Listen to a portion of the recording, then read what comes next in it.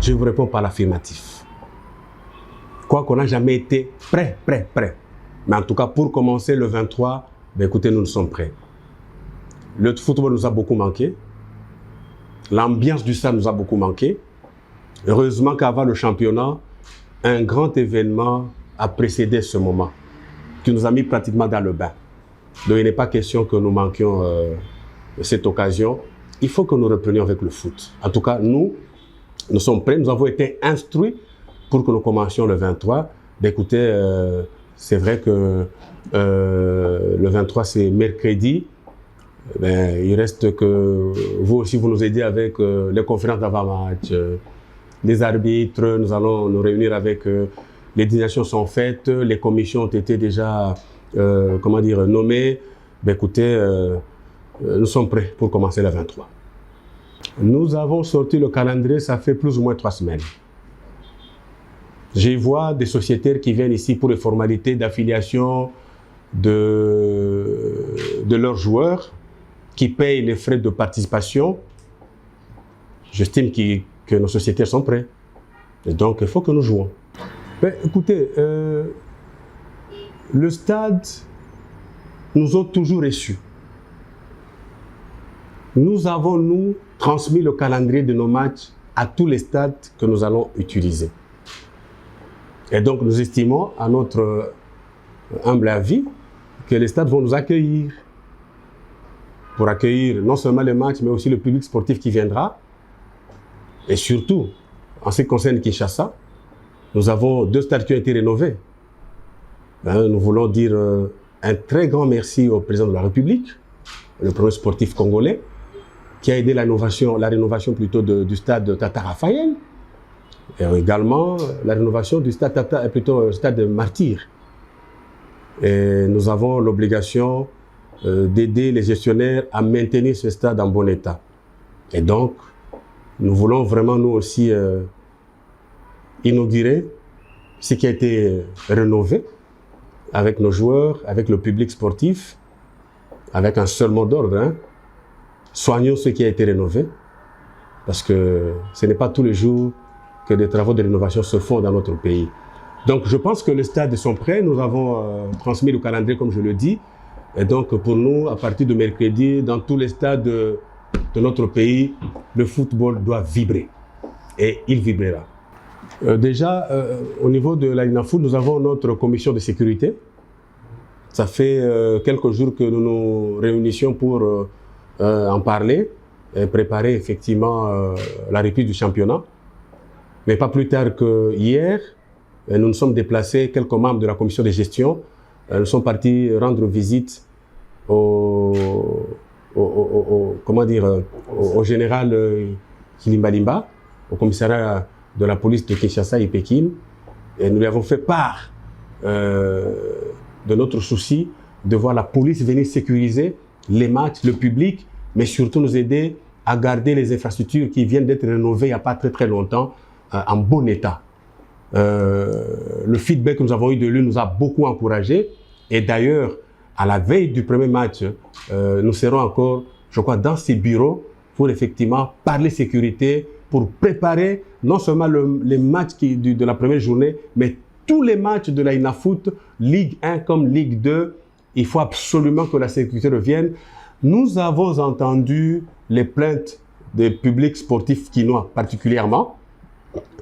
Après la francophonie, ils veulent revenir au stade pour venir suivre les matchs de la INAFOOT, mais ils ont besoin qu'ils soient sécurisés. C'est de tout ça dont nous avons parlé avec le général de la police de Kinshasa.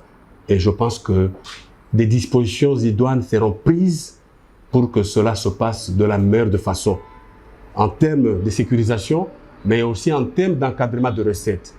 À partir de ce moment, il faut que, pour participer, pour venir assister au spectacle, le football dont nous appelons spectacle, il faut que vous payiez le prix.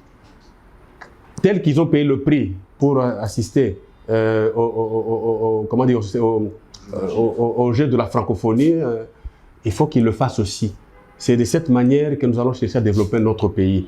Nous nous plaignons beaucoup que notre football ne se développe pas, mais vous savez que le football aujourd'hui, c'est l'argent.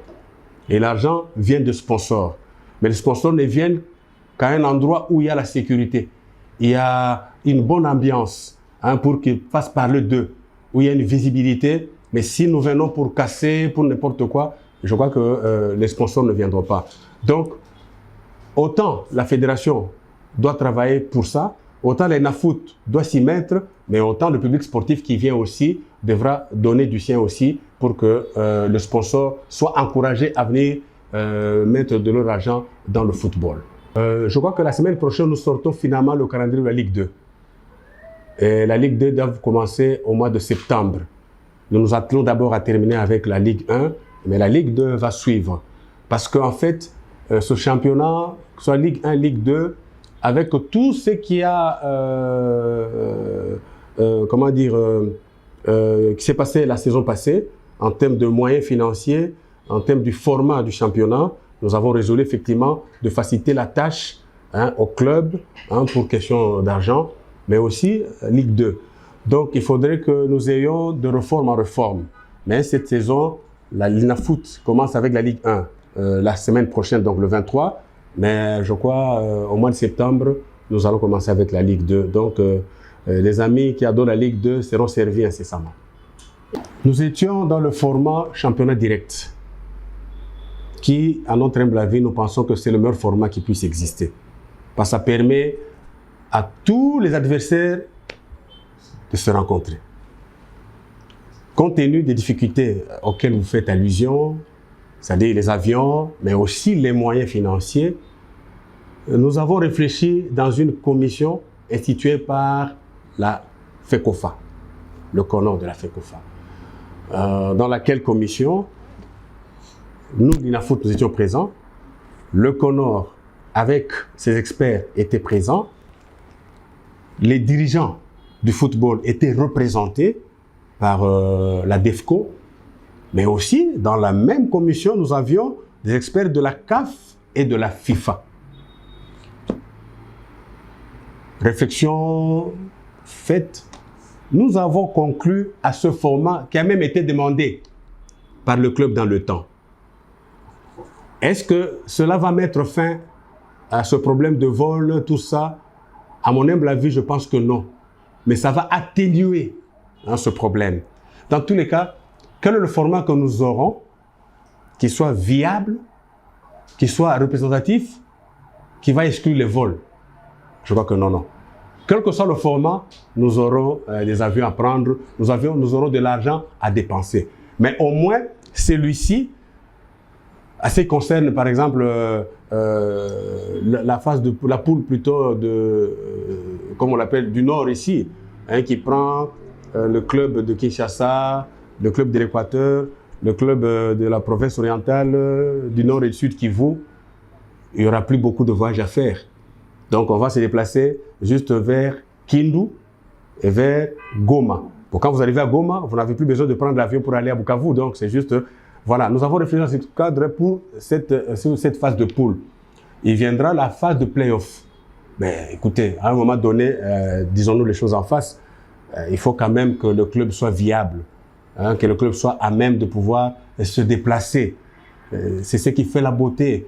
Le football, le championnat direct a ceci de particulier, c'est que nous visitons, nous tous, les jeunes gens de Mbandaka, les jeunes gens de Kisangani, de Bukavu, et ainsi de suite, peuvent voir atterrir Mazembe, V-Club, Daring, Maniema Union, Ranger, Kouya, je ne sais pas qui. C'est ça l'unité nationale, ça renforce quand même cette cohésion nationale. Hein? Je pense que allons-y, c'est encore transitoire. Allons-y, mais en même temps, travaillons pour que les sponsors viennent nombreux, les sponsors pour l'entité, les sponsors pour l'instance fêtière, mais aussi les sponsors pour le club. C'est en ce moment-là qu'ayant tous les moyens, nous pourrons revenir à ce championnat direct qui est le meilleur format qui soit. Et si le club a des moyens, si l'entité a des moyens, si l'instance fêtière aussi a des moyens, nous pourrons voyager, nous pourrons faire ce qu'il faut. Donc, disons-nous que nous sommes entrés en chantier.